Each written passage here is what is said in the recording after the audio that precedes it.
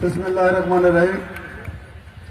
শহীদ জিয়া স্মৃতি ফুটবল টুর্নামেন্টের আজকে দ্বিতীয় সেমিফাইনালে আমাদের মাঝে প্রধান অতিথি হিসেবে উপস্থিত আছেন এই উত্তর অঞ্চলের একজন গর্বিত সন্তান, বিএনপি জাতীয় স্থায়ী কমিটির অন্যতম সদস্য ইকবাল হাসান মাহমুদ টুকু ভাই।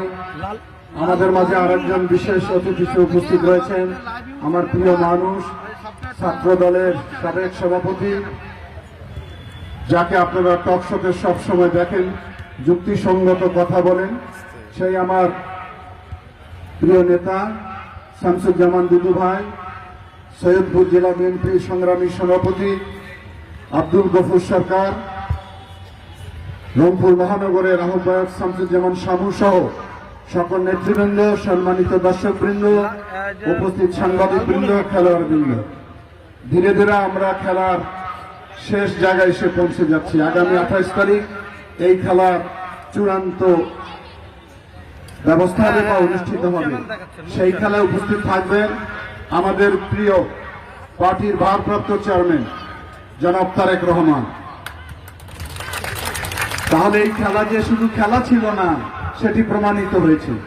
যখন আন্দোলনের সময় আমরা স্বাভাবিকভাবে মিছিল, মিটিং, শোভাযাত্রা করতে পারতাম না, তখন এই খেলার মাধ্যমে আমরা লোককে সংগঠিত করেছি।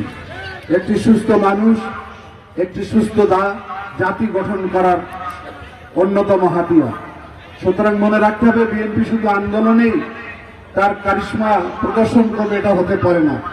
দেশ গঠনে আমাদেরকে এখন নিয়োজিত হতে হবে। ইতিমধ্যে 31 দফা কর্মসূচি দফা দেয়া হয়েছে। আগামী দিনে রাষ্ট্র ক্ষমতায় গেলে আমরা এই সংস্কার করে বাংলাদেশ রাষ্ট্রকে একটি গণমুখী, কল্যাণমুখী এবং একটি গণতান্ত্রিক, মেধাভিত্তিক, দুর্নীতিমুক্ত রাষ্ট্র করতে চাই। সাম্প্রতিক সময় লক্ষ্য করে দেখেন দেশের যে অবস্থা তৈরি হয়েছে। আমরা বারবার একটা কথা বলি, একটি নির্বাচিত রাজনৈতিক সরকার ছাড়া দেশ সুষ্ঠুভাবে পরিচালিত হতে পারে না। অন্তর্বর্তীকালীন সরকারকে আমরা বলবো, সংস্কার কাজ সম্পূর্ণ করে অল্প সময়ের ভিতরে নির্বাচনের ব্যবস্থা করে বাংলাদেশের মানুষকে মনোনীত করার সুযোগ তৈরি করে দেওয়া হোক। এই আহ্বান রেখে আমাদের প্রিয় দুইজন অতিথিকে কষ্ট করে আমাদের মাঝে উপস্থিত হওয়ার জন্য আন্তরিক অভিনন্দন জানিয়ে আমি আমার কথা এখানে শেষ করলাম। আল্লাহ হাফেজ।